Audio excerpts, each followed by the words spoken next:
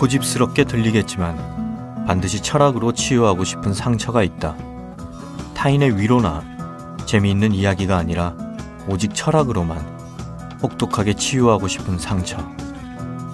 지나치게 아름답고 빛나는 것들만 바라봐서 오히려 쓸쓸하고 우울한 느낌이 들 때마다 이반 일리치의 차분한 문장은 죽비로 뒷목을 내리치듯 단호하게 삶의 미니멀리즘을 일깨워준다.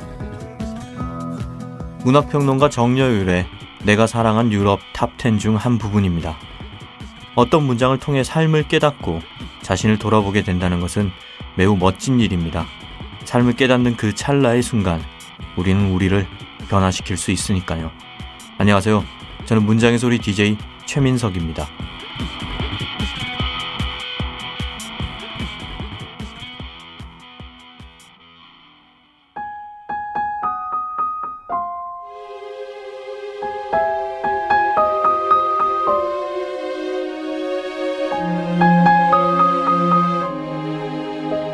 노크 없이 여는 방문.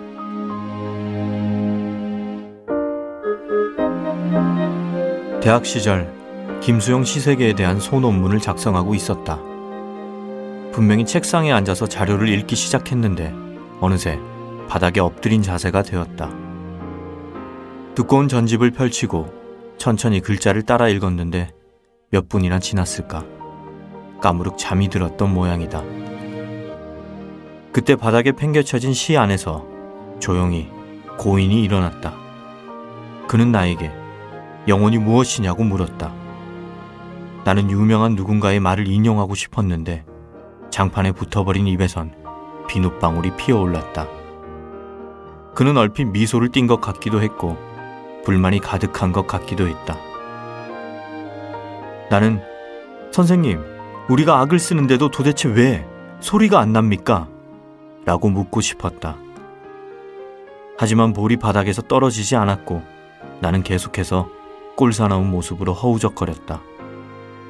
그 사이 그가 떠났다. 나는 그림자가 없다가 실린 페이지에서 눈을 떴다.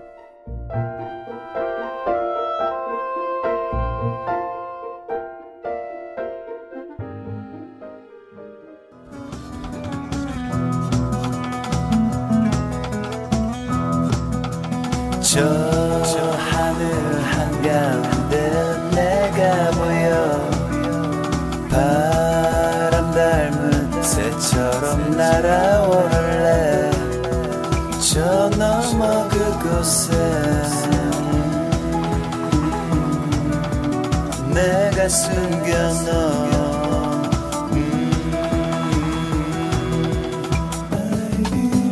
커다란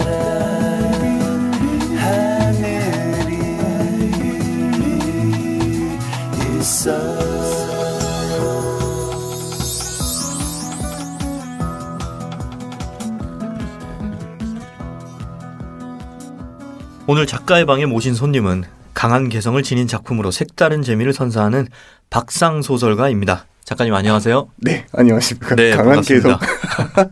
역시 개성 넘치시네요. 벌써 네. 외모부터 네. 이 장발에 수염에 아우라가 스튜디오에 가득 찼습니다. 지금. 그렇습니다. 네, 오늘 이 신간 예터부리 쌍쌍바에 대해서 저희가 얘기를 해볼 예정인데요. 제목이 굉장히 흥미롭죠. 청취자 여러분들을 위해서 제가 그 박상 작가와 흥미로운 전작들을 소개해드리겠습니다. 박상 작가는 2006년 단편 짝짝이 구도와 고양이와 하드락으로 동아일보 신춘문예에 당선되어 등단을 했고요. 소설집으로는 이원식 씨의 타격폼이 있고요. 장편 말이 되냐와 15번 진짜 안와를 펴냈습니다. 이 제목을 이거 제 책 제목들은 다 왜 이래요? 그러니까 본인이 정하신 거 아닌가요? 제가 정하긴 했습니다만 네. 쭉 나열하니까 네. 굉장히 이상한 사람 같은 느낌이 드는데요. 아니, 저한테 물어보시면 이거 어쩌지? 짝짝이 구두와 고양이와 하드락 그리고 이원식 씨의 타격폼 그리고 스스로 이 제목이 말이 되냐는 식으로 말이 되냐? 말이 되냐. 그 제목 좀 마음에 들었었는데 네. 왜냐하면 소제목들도 그 책은 네. 뭐더라면 직장에서 잘리다니 말이 되냐 뭐 3월 타다니 말이 되냐 167km를 던지다니 말이 되냐 네. 그다음 뭐 작가 후기라니 말이 되냐로 끝나는 책이었는데 그렇게 라임을 말이 되냐고 맞추니까 재밌던데요. 말이 되네요. 네. 예. 그리고 15번 진짜 않아. 이거는 뭐 그 책. 네. 버스 이야기죠. 네. 예. 이거는 버스. 예, 제목으로 인해서 호기심이 유발되기 때문에 안 읽어보면 알 수 없는 굉장히 궁금증을 유발하는 그런 제목인 것 같습니다. 안 팔렸습니다. 아니, 저도 안 팔리는 작가이기 때문에 동질감을 느끼면서 네. 강한 유대감 속에서 녹음을 한번 해보죠. 네. 끈끈한 유대가 생성되는군요. 네. 아니, 너무 끈끈해지면 안 되는데 이거 본드 붙는. 남자 끈끈하면 뭐 할까요? 그러게요. 아무튼 전작 15번 진짜 안 와 이후에 3년 만에 제목도 독특한 이 예태보리 쌩쌩바 내셨습니다. 쌍쌍바입니다. 예태보리 쌍쌍바. 죄송합니다. 그동안 어떻게 지내셨나요? 한 3년 가까이 공백이 있었는데요. 네. 15번 진짜 하나 예의 그 작품을 낸 다음에 좀 절망을 했어요. 그러니까 이게 작가가 제목대로 된다고 진짜 안 오셨어요. 한참 안 왔죠. 네. 이 소설을 과연 내가 써야 되는 건가? 네. 아무도 좋아하는 것 같지 않은데 과연 잘 쓰는 걸까? 잠깐 좀 고민을 하고 방황 좀 하다가 보니까 먹고 살아야 되더라고요. 네. 그래서 계속 뭐 이런저런 일하고 네. 그 소설가가 소설 안 쓰고 갑자기 할 수 있는 일이 그냥 뭐 일용직 뭐 네. 아무나 뽑아주는 뭐 경비원 뭐 네. 그다음에 뭐 자격증이라고는 뭐 운전면허증이 있으니까 운전직 네. 그런 거 하면서 일단 먹고 살았고요. 그러다 보니까 이 소설이 다시 너무 쓰고 싶은 거죠. 못 벗어나겠더라고요. 그때는 아예 안 써야지라고까지 결심했었는데 다시 돌아오게 될 수밖에 없었나 봐요. 또 제가 아는 그러니까 제 책의 편집자 한 분이 계신데 네. 그분이 박상 작가님과 또 친구세요. 예, 최정원 편집자라고. 그분한테 제가 이제 박상 작가님의 이 존재감에 대해서 익히 이제 들었는데 너무 친하셔서 그런지 좋은 얘기는 한 마디도 안 하시더라고요. 뭐 좋은 기억이 없을 거예요, 정원이는. 근데 또 한때 저희 지방에 내려가셔서 네네. 강릉인가요? 어디? 속초 잠깐 가 있었습니다. 글 쓰신다고 가셔서 또 블로그에도 그 막 소식 올리고 그러셨잖아요. 그렇죠. 네. 속초 좋았죠. 바다 좋아하니까 왠지 바닷가 가면 글이 좀 써지지 않을까 이러면서 갔는데 그렇죠. 거기 뭐 일자리도 너무 없고요. 뭐 일을 해야 뭐 먹고 살아야 글을 쓸 거 아니겠습니까? 근데 아무것도 없어서 다시 몇 달 만에 그냥 다시 돌아왔죠. 옛날에 영국에도 또 그런 식으로 가셔서 영국도 그런 식이었죠. 네. 가서 또 돌아오시고 거기서는 뭐 일자리가 좀 있긴 있었습니다만 비자가 연장이 안 되니까 안 되겠네 이러면서 뭔가 돌아오고. 이게 계속 꼬이는 계속 그랬어요. 그런 거의 아이콘인 것 같아요. 작년 연말에는 태국에 가 있었는데 여기서 100만 원 정도 생활비 그러니까 거기서는 50만 원이면 한 달 살 수 있다는 거예요. 치앙마이에서. 그리고 월세가 16만 원인데 수영장이 딸렸어요 집에. 아니 작년에 치앙마이에 계셨어요? 작년 겨울 전에 치앙마이. 저는 작년 겨울에 치앙마이에 2달 있었거든요. 뭔가 우리 마주친 거 아니에요? 거기 뭐였죠? 무슨 가스수원 깨운가? 바로 옆에 있는 그런 데였는데 근데 생활비가 50밖에 안 든다고 했는데 그렇지는 않던데요. 딱히 그렇게 싸지는 않았어요. 생맥주가 8,000원이니까 그냥 거기 병맥주는 그다지 입맛에 안 맞고 생맥주를 한 잔만 먹는 게 아니라 하루에 막 10잔씩 먹으니까 수입 맥주 드셨군요. 그럼 8만 원이잖아요. 하루에. 그래서 한 달 반인가 계기다가 못 버티고 왔죠. 뭐. 아무튼 그래서 돌고 돌아서 결국은 이제 문장의 소리에 오셨습니다. 신작 예태보리 쌍쌍바에 보면 독특하게 작가의 말이 4번이나 나옵니다. 이거 어떤 이유로 이렇게 됩니까? 여러 가지 버전으로 써봤는데요. 이게 소설의 주제가 계속 뭔가에 도전하는 선수가 되려고 하는 주인공이 나오기 때문에 작가의 말도 좀 더 잘 쓸 수 없을까 이렇게 막 여러 가지 버전을 계속 써봤는데 편집자가 그거 다 씻는 거 어때요? 막 작가의 말 1차 시기, 2차 시기 막. 그러니까 이게 뭔가 계속 한 번에 안 돼서 계속 꼬여서 막 계속 그러네요. 그런 이미지랑 작가 본인의 삶과 작품이 되게 일맥상통해요. 맞습니다. 그래서 굉장히 일관성 있는 작가가 아닌가 싶습니다. 예태보리 쌍쌍바 이 제목도 인상적인데요. 이 제목은 또 어떻게? 제목은 제목 요번에 또 말도 안 되는 제목 아닙니까 이거? 제목이랑 내용이랑 크게 상관없어요. 그냥 제목은 하나의 그냥 호출 부호에 지나지 않는다고 생각하고. 호출 부호에 지나지 않는다. 제목은 그냥 뉘앙스, 그냥 느낌. 이런 느낌을 주는 책이면 좋겠다. 왠지 예태보리 쌍쌍바 뭐 짐작할 수가 없잖아요. 무슨 얘기인지. 그러니까 선배님 그거 되게 멋있네요. 제목은 하나의 호출 부호에 지나지 않는다. 어차피 그 제목이 뭐 전체 주제를 관통한다거나 뭐 막 멋진 수사를 부려서 막 사람들이 너무 사고 싶게 만든다거나 뭐 그런 거 없이 이 책에 대한 그냥 딱 몇명된 네. 기호인 거죠. 그러니까 제목은 16세기 루이의 비밀 그래놓고 전혀 상관없는 요즘 이야기 쓰고 예. 또 하나 배웁니다. 여기 또 작품에 대해서 잠깐 좀 얘기를 해보죠. 네. 주인공이 신광택인데요. 신광택은 이름에 걸맞게 세차, 배달, 설거지 등과 같은 일을 가장 빠르고 완벽하게 해내는 것을 추구하는 인물입니다. 이 신광택은 왜 속도에 집착하게 되는지 그 이유는 무엇일까요? 어쨌든 이 친구를 처음에 직업을 세차를 시켰거든요. 네. 근데 어쨌든 소설의 주제를 일단 정해놓은 게 이 사람이 항상 뭔가에 도전해서 남들보다 뛰어나야 되는데 그 수치를 보여줄 수 있는 게 기록, 네. 숫자화된 기록 네. 드리면 좀 더 설명하기 쉽겠다라고 생각해서 세차를 뭐 한 대 뭐 닦는데 뭐 5분 벽을 깬다거나 그러다 보니까 약간 좀 뭔가 빠른 거. 그러니까 되게 쓸데없고 네. 사소한 거에 네. 집착하는 그런 캐릭터네요. 네. 네. 그런 거를 이제 막 기록을 깨기 위해서 자기 막 수양을 하고 막 트레이닝을 하고. 어떻게 보면 저기 이게 굉장히 이런 쪽으로 잘 풀리면 그 SBS 프로그램 생활의 달인 생활의 달인 약간 그런 느낌이네요. 네. 그 느낌이 어쨌든 약간 기초적으로 반영이 돼 있긴 합니다. 네. 이번 소설의 소개 기사를 저희가 좀 찾아봤는데요. 네. 이런 평이 있어요. 블루 컬러의 애환을 그려냈다. 잘 그려냈다. 이런 평이 있는데 이 평에 대해서는 어떻게 생각하시는지요? 블루 컬러라 뭐 제가 뭐 지금도 입고 있는 색이 흰색은 아니잖아요. 네. 그러니까 약간 굉장히 일맥상통한 게 어떻게 보면 지금 의상 색상도 약간 블루 스타일이에요. 네. 그리고 헤어가 또 그 지금 낯빛도 되게 약간 파랗게 떴어요. 지금 어제 술을 많이 먹어가지고. 그렇군요. 회복이 덜 됐어요. 하여튼 뭐 블루 컬러 일만 했었고 뭐 소설가도 사실 뭐 블루 컬러 직업이 아닐까 그렇죠. 육체 노동이죠. 엉덩이 뭉개고 앉아서 막 몸 힘든 거 참는 게 일단 먼저잖아요. 네. 뭐 그러니까 그 애환이 뭐 녹아 들어가시기가 쉬운가 봐요. 네, 알겠습니다. 이 주인공 신광택이 이 작품 내에서 궁극의 가치로 아름다움을 얻게 됩니다. 아름다움. 지금 이제 감탄하셨는데 작가님이 생각하시는 아름다움이 무엇이고 혹시 그 아름다움을 목격한 적이 있으신지요? 아름다움이라. 그 킨텍스 경비원으로 근무하면서 아이유를 봤어요. 예. 아름답던데요. 뭔가 그 아름다움이라는 건 약간 우리가 살고 있는 시공간을 잠깐 이렇게 살짝 비틀어주는 힘이 있다고 생각합니다. 시공간을 비틀어주는 그 힘은 아이유였다. 그때는 아이유였고 어쨌든 이 아름다움이란 이 미학이라는 건 그런 힘, 뭔가 일상을 약간 더 윤택하게 만들어준다거나 양념은 아니고 자기 스스로 뭔가 강력하게 존재하는데 우리 어떤 인생이나 일상하고는 사실은 좀 대척점에 있는 거고 우리가 추구해야 되는 것이거나 그 아름다움에 개입했을 때 우리 어떤 인생이 뭔가 살짝 왜곡되는데 그 왜곡되는 게 좋게 왜곡되는 거죠. 그러니까 작가님도 소설 속에서 이제 당연히 모든 작가가 재미를 추구하지만 이 속에 또 아름다움을 추구하시는 것이죠.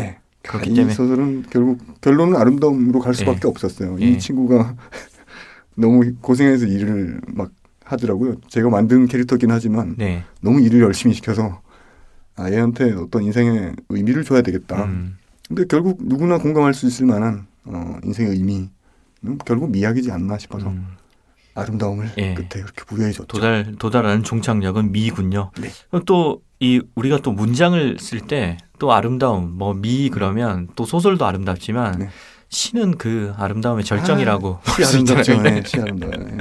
그래서 또 저희가 또 찾아보니까 학창 시절에 시를 쓰셨다고 그렇게 알려져 있는데 근데 어쩌다가 이렇게 소설로 길을 바꾸게 되셨는지요? 이게 참 제가 시를 쓴 걸 보여주면 잘 썼다고 하는 사람이 한 명도 없었어요. 주변에 친구들이 쓰지 마라. 소설은 그런 얘기를 좀 덜 들었죠. 근데 아직도 시를 정말 쓰고 싶은데 최근에 한 2달 전인가 동네 친구랑 국문과 졸업한 친구인데 시를 쓰자. 우리 둘이서 합평을 하자 몰래. 그래서 일주일에 3편씩 써서 합평을 하는데 그 친구도 그러더라고요. 둘이 하면서 쓰지 말라는 거예요? 쓰지 마요. 이건 시가 아니야. 막 이래서. 심지어 몰래 하는 합평에서도 몰래 둘이서만 하면 부끄럽지 않을 줄 알았는데 그 친구가 강하게 배울 게 없으니까 배울 것도 없고 제 작품 읽고 얘기하기도 싫은 거예요. 갑자기 작품이라고 하기도 그렇습니다만 그럼 소설인 거죠. 네. 소설은 그래도 뭐 너무 심한 욕을 안 먹고 어느 정도는 쓰네라는 얘기를 많이 들었으니까. 소설은 욕하기가 또 어렵습니다. 왜냐하면 이거를 다 읽으려면 인내하면서 읽어야 되거든요. 그러니까 사람들이 웬만해서는 긴 시간과 노력을 투자하고 난 다음에 자기가 읽은 거를 별로라고 쉽게 맞아요. 치부하기를 싫어합니다. 이 속에서 뭔가 의미를 찾으려고 정말 하죠. 좋아요. 네. 소설 그런 점이 정말 매력적이에요. 그러니까 이 사람들이 마라톤 엄청 열심히 하고 네네. 등산 힘들어서 했는데 왜 했어? 그러면 괜히 했어 이렇게 얘기 안 하거든요. 괜히 마라톤의 의미를 부여하고 네네. 등산해서 뭐 자연을 사랑하고 맞아요. 결국 막걸리 마시려고 하면서 물론 그거죠. 이런 말은 또 저희가 소설 가니까 할 수 있는 거죠. 그렇군요. 근데 시 정말 쓰고 싶어요. 잘 쓰면 얼마나 좋을까. 소설 그렇죠. 시 겸업하는 사람들도 있잖아요. 위대하죠. 대단해요. 그런 사람들. 저도 그렇게 경계를 나눌 필요가 없다고 생각하거든요. 전천후 작가들 보면 저도 부럽고요.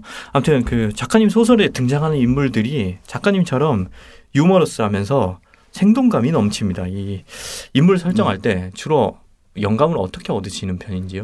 일단 거울을 보죠. 죄송합니다. 크게 이런 애를 하나 만들어 볼까? 본인 저한테 있는 어떤 영감을 받으시는군요. 그 일부분을 떼낸 다음에 갈릭병 하나 정도 이렇게 떼낸 다음에 거기다가 이제 제가 아닌 것들도 붙이고 제가 못하는 것도 붙이고 제가 잘하는 건데 너무 저 같으면 어떤 점은 빼고 거울 보고 만들면 근데 그럼 여자 캐릭터는 못 만들어요. 제 그러면 이 소설에 있는 많은 캐릭터들이 작가님의 일종의 분신 같은 거의 분신들이죠. 페르소나 같은 그런 그리고 만났던 사람들 일하면서 만났던 사람들의 분신들도 들어가고 다 어쨌든 소스만 얻어서 다 구상을 하는 거죠.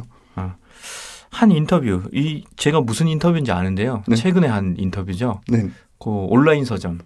네. 그렇죠. 인터뷰 몇 개 안 했으니. 거기서 그 끝까지 재미를 찾으려고 한다. 이런 말씀을 하셨습니다. 작가님께 가장 재미있는 일은 무엇인가요? 제일 재미있는 거는 어차피 여행 가고 술 마시고 놀고 이런 게 제일 재미있는데요. 그 다음으로 재미있는 건 어쨌든 글 쓸 때가 제일 재미있는 것 같아요. 글을 써서 처음에 초고는 그 엉망이었던 걸 막 다듬었을 때 뭔가 이야기가 이렇게 반짝반짝 빛이 나기 시작하는 그 순간의 환희. 그거 너무 재밌어요. 끊을 수가 없는 어떤 중독성을 갖고 있어요. 뭔가 가구를 세공하는 듯한 맞아요. 그런 건 비슷한 것 같아요. 구두 되게 더럽고 형편없어서 이거 버려야 되나 이런데 닦다 보면 어느 순간 막 빛이 반짝반짝 나면서 새 것처럼 내 얼굴이 딱 비칠 때 그 느낌인데 그렇죠. 이게 소설로 매번 성공을 하지 못하는 거죠. 역시 끝까지 일맥상통하게 뭔가 꼬이는 이미지로 이번 거는 그래도 어느 정도 이번 건 자신 있게 반 정도는 마음에 드는구나라는 걸 내봤고 처음이죠. 제가 지금까지 4권을 냈는데 앞에 책들은 다 3분의 1만큼의 만족도 못했거든요. 이게 점점 올라가는 것 같지 않아요? 다음 책은 좀 더 만족하고 그러다가 이제 제가 100% 만족하는 책을 쓰면 그것은 세계 명작이 되겠죠. 그렇죠. 원래 작가들이 그 데뷔작이 좋은 것보다 뒤로 가면 갈수록 좋은 작품이 나오는 게 훨씬 작가와 독자들에게 서로에게 좋은 거거든요. 맞아요. 서로 좋은 것 같아요. 맨 처음에 정말 죽이는 거 내놓고 점점 막 그렇죠. 그러면 이제 작가는 자학하게 되고 독자는 실망하게 되는 단계밖에 남지 않는데 아무튼 이번 작품이 그래도 마음에 드신다니까 저도 기쁘고 또 독자들도 이 예태보리 쌍쌍바 즐겁게 읽으시길 바라고요. 이 소설가로 산다는 게 지금 말씀하신 것처럼 글 쓰는 게 그만큼 또 재미가 있지만 애환도 분명히 존재하잖아요. 그런 비애가 느껴질 때는 또 어떤 방식으로 해소하시나요? 글 쓰는 애환이 어쨌든 결국 늘 경제적인 문제죠. 그 애환은 돈을 벌면 해결이 되는 거죠. 근데 돈 15년 전, 20년 전에 이럴 때도 120, 130 받고 이랬단 말이에요. 근데 지금도 가면 120, 130이에요. 월세 내고 핸드폰 값 내고는 얼마 없어요. 그래서 그 비애가 해소가 안 되는 거죠. 돈을 벌어야 되는데 뭔가 처음부터 기술을 배울 거 그랬나 봐요. 근데 지금이라도 배우면 늦을 것 같고 대형면허를 얼마 전에 땄는데 버스 운전하면 돈 많이 번다 그래서 300 이상 받는데요. 그래서 땄는데 나이가 많은 거죠. 경력 10년을 쌓아서 이제 그걸 가야 되는데 지금부터 10년이면 지금 10년이면 안 뽑아주는 나이가 되는 거죠. 그래서 이거 괜히 땄잖아. 아니 그러니까 그걸 따기 전에 생각을 하셔야 되는데 일단 따고 나서 나중에 생각. 따고 나서 늘 이래요. 근데 뭐 뭘 하든 네. 너무 웃기려고 살다 보니까 그 저의 인생도 저를 둘러싼 제 인생도 여러모로 웃겨지는 것 같아요. 아니 말로 웃기면 되는데 너무 실천하셔서 삶으로 웃기시는 것 같아요. 몸으로 웃기는 게 오래 갑니다. 삶으로 웃기는 건 뭐 제 삶 이후에도 남아 있을 수 있는 강력한 그렇죠. 힘이 있다고 생각하지만 본인은 불행하죠. 박상 작가님 나오시니까 이렇게 또 존재감으로 인해서 스튜디오가 가득 차는데 특히 이번 작품 예터보리 쌍쌍바 더욱더 이제 한 단계씩 나오고 계시니까 요 본문을 저희가 잠깐이나마 좀 맛을 보고 싶은데요. 혹시 좀 소개하시고 싶은 부분 낭독을 좀 부탁드렸으면 합니다. 아무데나 펼쳐도 됩니다. 여기 28쪽? 역시 자신감. 지금 이게 자신감일까요? 아니면 거만한 걸까요? 아니, 저희가 딱히 약속된 게 아니었거든요. 근데 정말 태연하게 아무렇지도 않다는 듯이 아무 페이지나 펼치면 됩니다. 그러면서 뭐 28쪽? 정말 각본 없는 드라마네요. 네. 이런 자신감 개그라고. 네. 실제로 보면 별거 아닌데 막 자신감을 찾는 거 웃기잖아요. 네. 그러면 실제로 정말 28쪽 읽으실 거죠? 네. 잠시 낭독. 예터보리 쌍쌍바 박상 작가님의 신작에서 한 부분 낭독으로 청해 듣도록 하겠습니다. 신광택. 이름부터가 이 분야에서 크게 될 놈인 것 같군. 제가 무슨 일을 하게 되는데요? 이원식 씨는 손가락 하나를 천천히 들어 창밖을 가리켰다. 봐라, 선배들의 저 아름다운 동작을. 창밖으로 시선을 옮기자 세차원들이 작업복을 입고 차에 달라붙어 걸레질을 하고 있었다. 자동차 오너들의 시종 같을 뿐 아름답게 보이진 않았다. 저분들이 선수인가요? 그냥 세차하는 사람들 같은데요? 뭐 선수와 일반인 움직임이 달라. 이원식 씨는 갑자기 깜짝 놀랄 만큼 목소리를 높였다. 유심히 보지 않을 땐 몰랐는데 그 말을 듣고 가만히 보니 동작 하나하나가 군더더기 없이 유려하게 연결되는 것처럼 보였다. 팔을 최대한 길게 그리고 걸레를 조금이라도 넓게 밀착시키는 데 주력하면서 마치 차의 더러움과 치열한 논쟁을 벌이고 있는 것 같은 모습이었다. 선수들의 움직임이 뭔지는 잘 모르겠지만 이원식 씨의 말대로 얼핏 아름다워 보이기까지 했다. 아름다워 보이네요. 내가 그렇게 표현하자 이원식 씨가 슬쩍 미소를 머금었다. 고3 졸업반 나이로군. 대학은 일찌감치 포기한 거지?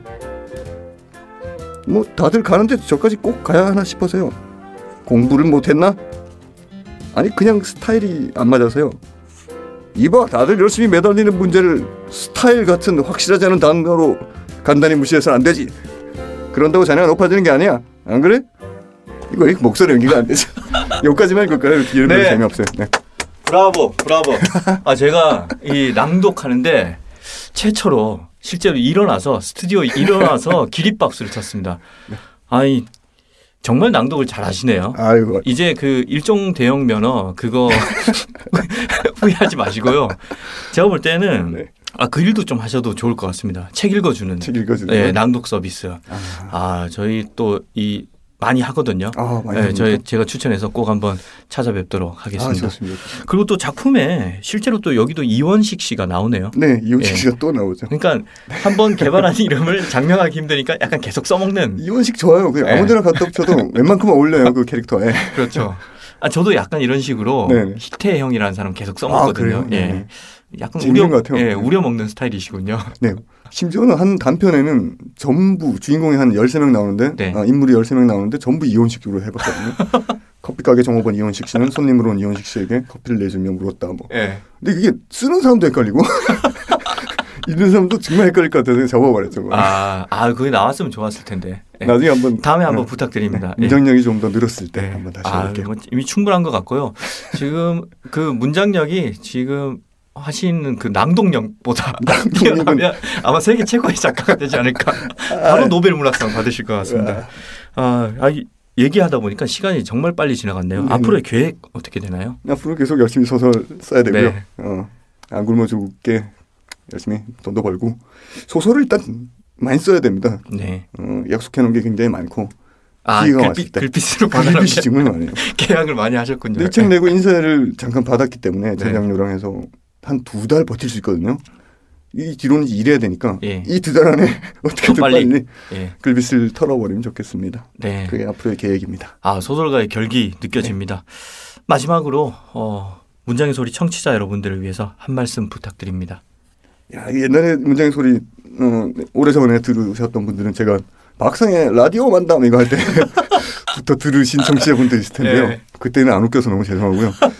지금도 안 웃깁니다만. 오늘 충분히 웃기셨습니다. 낭독으로 충분히 웃기셨습니다. 청취자 여러분 많이 들어주시고 민석 씨 진행을 너무 잘하세요. 아닙니다. 참 듣기 편한 방송이 되어가고 있고요. 참 좋습니다. 힘내시길 바랍니다. 감사합니다. 참고로 이때까지 제가 경험한 작가들 중에 많은 이야기를 나눠봤지만 가장 빨리 시간이 지나갔고 정말 예의상 하는 말이 아니라 정말 즐겁게 저도 녹음했습니다. 저도 즐거웠습니다. 예, 정신없이 이야기 나누다 보니까 벌써 작가님 보내드려야 될 시간이 됐습니다. 앞으로도 재미있고 따뜻한 작품 저희가 자주 만나 뵐 수 있도록 바라겠습니다. 오늘 나와주셔서 감사합니다. 네, 불러주셔서 감사합니다. 네, 안녕히 가세요. 안녕히 계십시오.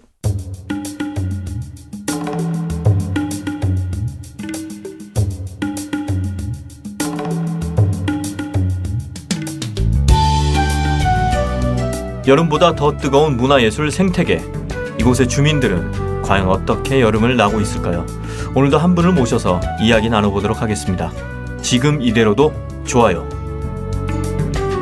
네, 오늘은 문화예술 생태계의 거주민을 말 그대로 거주하게 한다는 분을 모셨는데요. 김아람 씨, 안녕하세요. 네, 안녕하세요. 네, 반갑습니다. 네. 무더운 날씨에 찾아주셔서 감사합니다. 아닙니다. 네, 먼저 저희 짧은 전통을 살려서 직접 작성해 주신 프로필을 제가 읽어보도록 하겠습니다. 네.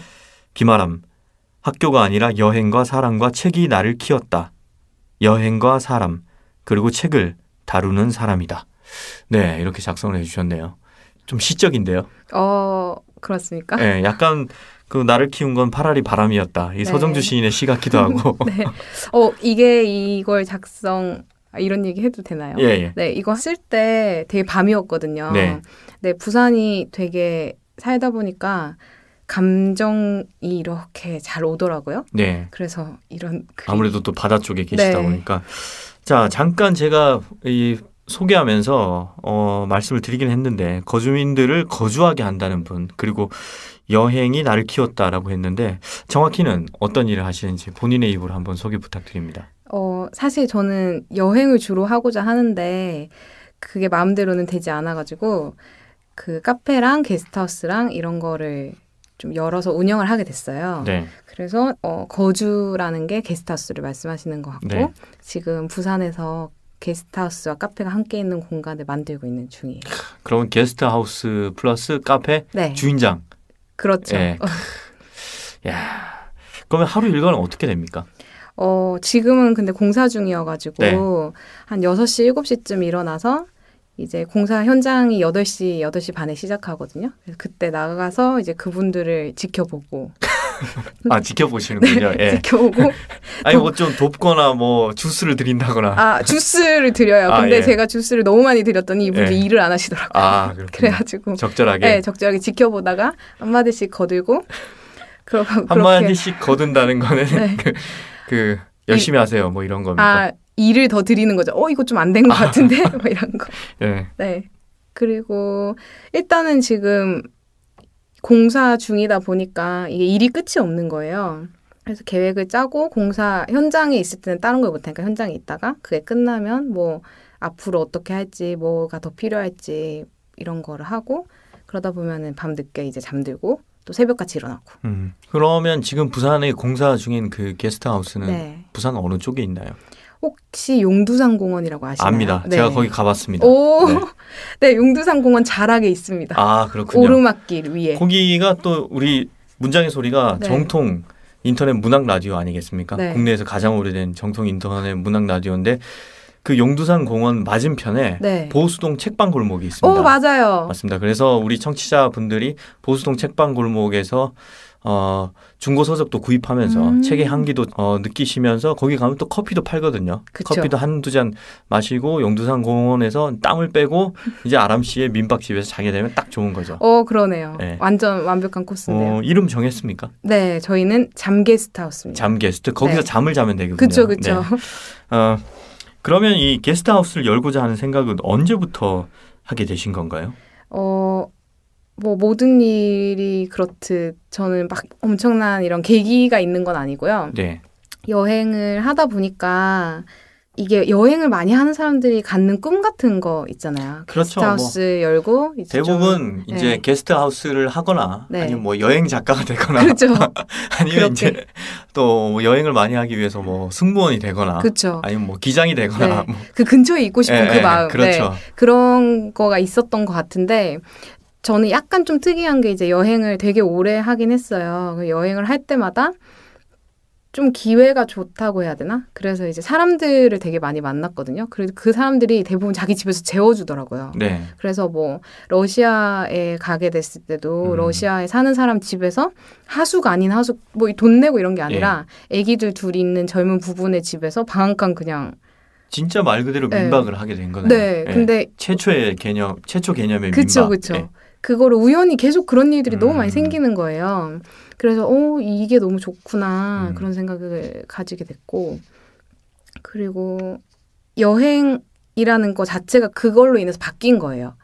그러니까 이 사람들이랑 같이 있으니까 여행이 남들은 이게 뭐 이렇게 궁전 보러 가고 박물관 보러 가고 이런 건데 저한테는 이 사람들이랑 같이 밥 먹고 놀고 얘네 어디 나들이 갈 때 가고 시장 갈 때 따라가고 이런 게 여행이 되더라고요. 그러니까 관광이라기보다는 그쵸. 짧은 기간의 현지 생활, 네네. 예, 현지인으로서의 체험 네. 이런 게 이제 여행이 된 네, 거군요. 예. 그런 게 너무 특별하고 좀 편안하고 그래서 더 감동이 있고 그런 거가 자꾸 쌓이니까 나도 이런 집을 좀 주고 싶다 이런 생각이 들었던 것 같아요. 그러니까 내가 받은 만큼 내가 집을 꾸며서 네. 내 집을 뭐 꼭 그 사람들은 아니더라도 네네네. 다른 사람들에게 좀 돌려주고 싶다. 네네네. 다른 이방인들에게. 네.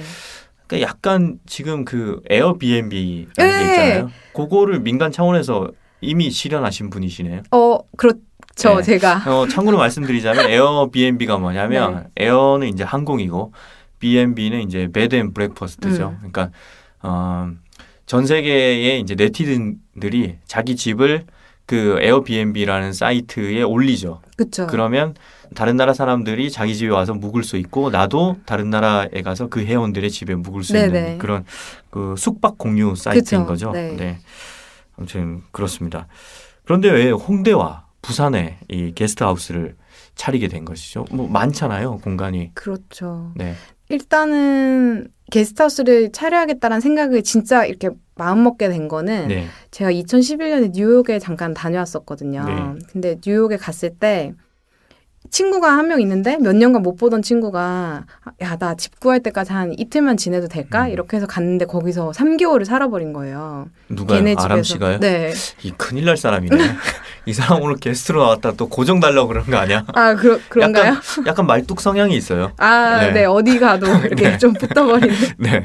그래서 이제 뉴욕이라는 도시가 누구나 들어도 한 번쯤 가보고 싶고 가면 뭔가가 일어날 것 같고. 그렇죠. 살면서 네. 또 뉴욕은 한 번씩은 가보고 싶은 욕구가 있죠. 네, 네. 그래서 저도 이제 책으로만 읽고 여행 많이 다녀도 미국 쪽으로는 가지 않았었거든요. 그래서 와, 내가 뉴욕 가면 어떤 일이 생길까 이러면서 갔는데 이 친구가 또 아티스트예요. 네. 그래서 얘가 에너지가 엄청 넘치는 사람인 거예요. 아티스트라는 건 뭐 화가를 이 말씀하시는 건가요? 친구는 퍼포먼스도 하고 그림도 그리고 막 음악도 하는데 음악이 막 노래 이런 게 아니라 막 신음소리 같은 음악 뭐 이런 걸 좀 해요. 예. 그래서 그 당시는 지금은 훨씬 자리 잡았고 그 당시는 얘가 이제 그런 거를 시도하기 시작한 시기여서 저를 데리고 막 가는 거예요. 그런 데를. 그래가지고 아니 갑자기 뉴욕 브루클린에 있는 네. 모든 공연장을 다 가게 되고 네. 막 같이 전시 보러 다니는데 뭐 좋은 전시도 보러 다니지만 조그만한 전시들이 되게 많이 있더라고요. 네. 그러니까 얘네가 버려진 교회가 방이 있어요. 그럼 방마다 작가들이 한 일주일 정도 전시를 하는 거예요. 방이 한 20개, 30개 되면 조그만한 방을 자기 위주로 그냥 정말 갤러리를 갑자기 바꿔버리는 거예요. 그런 일들이 정말 많이 일어나더라고요. 우리도 그런 게 네. 있습니다. 통인동에 가면 네. 보안여관이라고 아, 있거든요. 네. 네, 옛날 경무대 시절에 그러니까 이승만 대통령 만나러 갈 때 그 보안여관이라는 데서 사람들이 잤어요. 오. 그리고 거기 뭐 이상 시인이나 뭐 그때 당시에 시인들도 많이 잤고 근데 오. 거기서 또 한간에는 고문을 그렇게 당했다고 해서 네. 그러니까 그 뭐 역사적으로나 네. 문화적으로나 많은 그 우리의 뭐 슬픈 역사도 있고 뭐 또 창작의 역사도 있고 네. 아무튼 뜻깊은 공간이라 그 건물을 헐지 않고 그 공간 자체를 갤러리로 바꿔서 네네. 쓰고 있거든요. 그쵸. 약간 그런 컨셉이네요. 네네. 네. 근데 그게 엄청 크다고 생각하시면 될 것 같아요. 이제 미국이 건물들이 큼직큼직하다 보니까. 미국은 크니까 우리는 작고. 뭐 그래서 보안여가도 되게 작아요. 네, 지나가다가 봤거든요. 근데 아무튼 그러면서 본론으로 돌아가자면 이 친구한테 받은 에너지가 너무 넘치는 거예요. 나는 여행 왔는데 막 이렇게 전화통화도 할 수 있고 맨날 가는 가게도 있고 인사도 하고. 그러니까 한 석 달 잠깐 있으면서 네. 그냥 뉴요커의 기분을 그냥 마음껏 누리신 그렇죠. 거군요. 예. 그러면서 이제 근데 석 달짜리 티켓이었거든요. 그래서 네. 진짜 마지막 날까지 채우고 이제 한국에 돌아왔어요. 근데 제가 원래 살던 데가 홍대니까 홍대를 딱 왔는데 나도 여기서 뭔가 해봐야 되지 않을까? 홍대도 뭐가 되게 재밌는 게 많고 친구들한테 이렇게 모르는 사람들이 오면은 데려갈 때도 많고 먹을 것도 많고 뭐 이러니까 해보면 좋지 않을까? 그게 이제 홍대점을 내게 된 계기. 그러면 제일 처음에 그 게스트하우스를 어떻게 장만하게 되신 겁니까? 이거 얘기가 긴데? 아 진짜요? 네. 짧게 전 그 당시에 모든 돈을 뉴욕에서 다 쓰고 진짜 네. 땡전 한 푼 없었거든요. 예. 그래서 월세 정도, 한 달치 월세 정도. 근데 하고 싶더라고요, 게스트하우스가. 그래서 주변에 돈을 투자할 수 있겠냐 이렇게 예. 물어봤어요. 그랬더니 투자를 하시더라고요. 그래서 이제 집을 구할 돈이랑 꾸밀 돈이랑 조금 운영할 돈이랑 주변에 약을 잘 파셨네요. 이게 약을 잘 네. 팔아야 투자를 하는데. 아 그런가요? 예. 연희가 돌아다니면서 좀 썰을 자세히 풀었구나. 그런가요? 제가 이렇게 흘리고 다녔나 봐요, 뭔가. 뭐 이렇게. 그래서 이거 손동작을 보여줘야 되는데 네. 지금 약간 싸바싸바하는 손동작을 보여주셨는데. 작가님도 곧 저에게 뭔가 이렇게 저 뭐 투자해야 됩니까? 네, 그러실 것 같은데요. 생계형 작가라 투자할 금액이 없어서 네. 저한테 투자하셔야 될걸요. 네, 부산으로 내려오세요. 네, 제가 알겠습니다. 방 하나 내드리는 걸로. 감사합니다. 네. 그렇게 해서 시작이 됐어요. 일단은. 네. 아무튼 주변에 그렇게 도와주신 분들이 있어서 네. 첫 출발을 하게 돼서 다행이네요. 그럼 지금 부산에 이제 공사 중인 게스트하우스는 네. 잠이잖아요. 네. 이 어떤 의미로 이름을 잠이라고 붙이게 된 건가요? 이게 제가 이제 생각하기에 게스트하우스, 그러니까 여행 많이 다니면 게스트하우스 많이 다닐 수 있잖아요. 그랬을 때 제일 좋았던 게 잠이 잘 오는 데더라고요. 일단은 그렇죠. 집 밖에서 자는 데니까. 또 저는 가면 네. 이불과 베개가 좋은 데가 그렇죠. 그렇게 좋습니다. 맞아요. 되게 중요하더라고요, 그게. 그래서 제가 타이틀로 내세우던 게 이제 Home Away from Home 이렇게 해서 그러니까 집 밖에서 떨어졌지만 또 다른 집. 그렇죠. 예.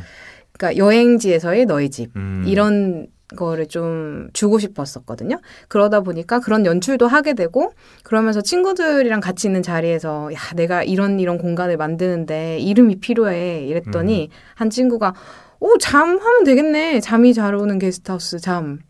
이래서 이게 어떻게 들어보면 되게 좋고 뜻깊은데 네. 어떻게 들어보면 정말 막 지은 것 같은 그냥 잠자는 옛날 그런 거 있었잖아요. 잠자는 방. 그쵸. 네. 방구함 잠자는 방. 어렵지 않게. 약간 그런 차원 같기도 하고. 네. 이게 또 이제 집 같은 집이라서 네. 정말 또 게스트들 막대하시는 거 아닙니까?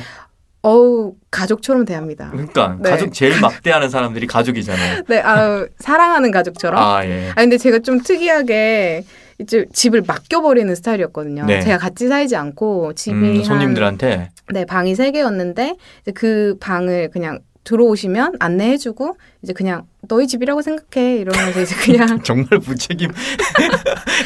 아니 정말 근데 배려 있는 것 같지만 정말 무책임한 이게 말이네요. 어느 쪽의 시선으로 보느냐에 따라서 그렇지만 돈은 받을 테야. 그렇죠. 돈은 주면 받을게. 언제 주려고? 이런. 그렇게 했었어요. 네. 그리고 지금 홍대 게스트하우스는 이제 정리를 하신 거죠? 네, 이제 정리를 하고 싶어서 한 건 아니었고 이제 제가 그때는 그냥 너무 뉴욕의 그 기운이 넘쳐가지고 해야겠다 이래서 그냥 빌려서 하다 보니까 계약을 2년밖에 못 한 거예요. 네. 근데 2년이 지나고 나니까 이분이 이제 나가달라고 이렇게 해서 어쩔 수 없이 이제 접고 정리를 하고 이제 고향인 부산으로 내려가셔서 거기서 잠 게스트하우스를 지금 공사 중이거든요. 네. 그럼 이 잠 게스트하우스가 여행자들에겐 어떤 공간으로 기억되길 바라시나요? 제가 이제 긴 시간 여행을 나름 했다고 하면 했는데 예전보다 많이 달라졌어요. 여행을 하는 모습들이. 그래서 이제는 단체 관광을 아직도 가시긴 하지만 좀 더 네. 개인적인 여행들이 많이 생겼잖아요. 그런 거에 이제 도움이 되고 개개인이 어떤 지역을 자기만의 느낌으로 느낄 수 있는 방법 이런 걸 도와줄 수 있는 공간이 되고 싶은 그런 마음. 그래서 그러다 보니까 홍대에서는 그냥 게스트하우스만 했었지만 부산에서는 이번에는 카페 겸 전시 공간 겸 여행 복합 여행 문화 공간이라고 약간 네. 이제 뭔가 자신감이 붙었죠. 네, 그렇죠. 하나 했다고. 아, 갑자기 너무 많이 확장한 것 같은데 이거 문어발식 확장 아닙니까? 일단 갑자기 너무 이렇게 키웠다가 확 망하면 어쩌지? 지금 시작도 네. 안 했는데 망하는 얘기부터 하시는 거예요. 죄송합니다. 제가 아니 근데 되게 필요하다고 생각하고 있었어요. 게스트하우스를 운영하면서 제일 필요하다고 생각했던 게 사람들이 게스트하우스에 와서 저는 잠만 자면 되겠거니라고 처음 생각을 했거든요. 그래서 잠을 그래서 잠이라고. 네, 그렇게 했었는데 막상 오시면 저한테 거의 하루 종일 붙어 있고 이런 때도 많아요. 그렇죠. 손님들이랑 이제 어디 데려가지고 어떤 거 알려주고 여기서 이런 것도 먹어야 되는데 뭐 한마디 말도 못하고 글자도 못 읽는 사람들이 당장 어디 가서 뭐 못 먹거든요. 그러니까 같이 가서 먹고. 그렇죠. 잠과 밥입니다. 잠과 밥과 휴식이거든요. 그쵸. 저도 여행을 많이 네. 다녀가서 그런데 네. 이 게스트하우스 가면 제일 필요한 게 네. 그 숙소에 잠을 잘 자야 되고 그렇죠. 잘 씻을 수 있어야 되고 그렇죠, 그렇죠. 그다음 아무리 다른 데 가서 시간을 많이 때우더라도 숙소에 카페가 있으면 굉장히 든든합니다. 그렇죠. 와이파이 잘 되고 그렇죠. 거기서 이메일 보내고 그렇죠. 그 숙소에 식당까지 있으면 더 든든합니다. 완벽하죠. 네. 네. 그래서 카페를 하시는군요. 그렇죠. 네. 아침도 전에는 무책임하게 아침에 네. 알아서 먹어 아, 이런 진짜. 식이었거든요. B&B가 아니라 네, 그러니까 예. B&B인데 제가 이제 재료는 갖춰놔요. 각종 양념과 기본 이제 떠먹어라. 과일과 뭐, 예. 근데 빵이나 뭐 이런 걸 해주고 그런데 제가 아침마다 가서 차려주기가 공간이 좀 작았어요. 그러니까 본인이 너무, 귀찮았던 건 아닙니까? 절대 아니고요. 지금 너무 해주고 싶, 밥이 너무 해주고 싶었던 거예요. 너무 강하게 부인하니까 오히려 의심이 되는 네. 거예요. 아니 진심으로 아 그렇군요. 솔직히 아침에 일어나는 게 참 힘들어요. 아 이제 진심. 아침에 네. 8시에 가서 이렇게 밥 해주고 이러기가 힘들고 일단은 아침을 너무 취향이 다양해서 그걸 다 맞춰주는 것도 쉽지가 않더라고요. 그래서 이번에는 본격적으로 이제 메뉴가 있는 카페 딱 밥 먹는 공간도 따로 만들고 그렇게 해서 이제 의심스러운 눈초리로 보시는 것 아니요. 같아요. 그래서 저는 네. 어떤 생각을 했냐면 네. 약간 아침 일찍 일어나신 힘든 주인장들이 네. 그 우리랑 시차가 다른 국가 사람들 전용으로 받는 겁니다. 유럽에서 유럽 사람들 전용으로 해서 그쪽에 광고를 뿌리고 그쪽 인맥을 통해서 오면 이 사람들 시차 적응이 안 돼서 항상 늦게 일어나거든요. 네. 그럼 그때 자기도 슬금슬금 일어나서 뭐 이거 우리 집은 B&B인데 브렉퍼스트가 유러피안 시간으로 나간다. 네, 그렇게 그거 되게 좋은 둘러대면 컨셉인 되는 것 거죠. 같은데요? 네. 아무튼 그렇고 오늘 이제 여행 얘기를 하고 있는데요. 여행 많이 하셨고 또 여행객들을 상대하시니까 본인이 생각하는 여행의 매력은 무엇이고 또 여행에 대한 철학이 있다면 말씀 좀 해주시죠. 혹은 뭐 자기만의 여행법 이런 게 있다면 네. 알려주시고요. 이제 아까도 말씀드렸지만 저한테는 일단 여행이 사람인데 네. 그 사람이 되게 우연히 만나지는 사람들인 것 같아요. 네. 그리고 그 사람들과 우연히 만나게 된 다음에는 뭔가가 일어나려면 호기심으로 그 다음 일들이 일어나는 거예요. 네. 그래서 그 궁금해서 이 사람이랑 만나서 이야기해보고 이 사람이 어딘가를 추천해주거나 어딘가를 데려가거나 이러다 보면 그 공간 안에서 되게 확장이 되더라고요.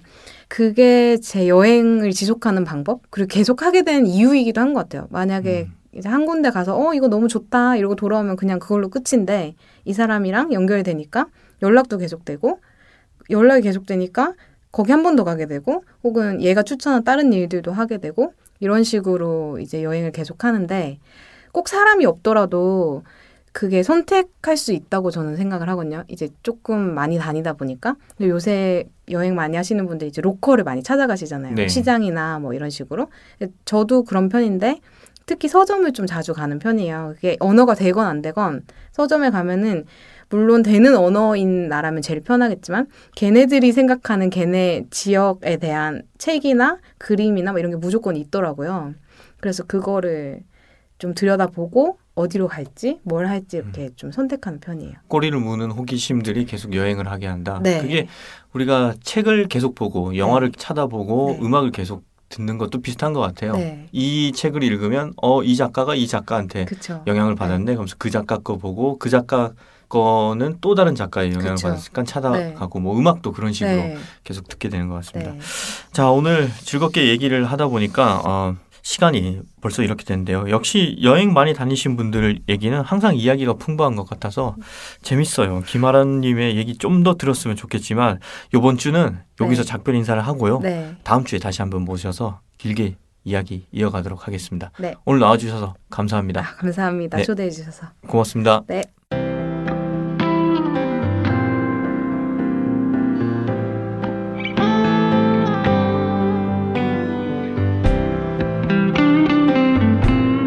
본격적인 더위가 시작되면 어김없이 열대야 현상도 나타나겠죠.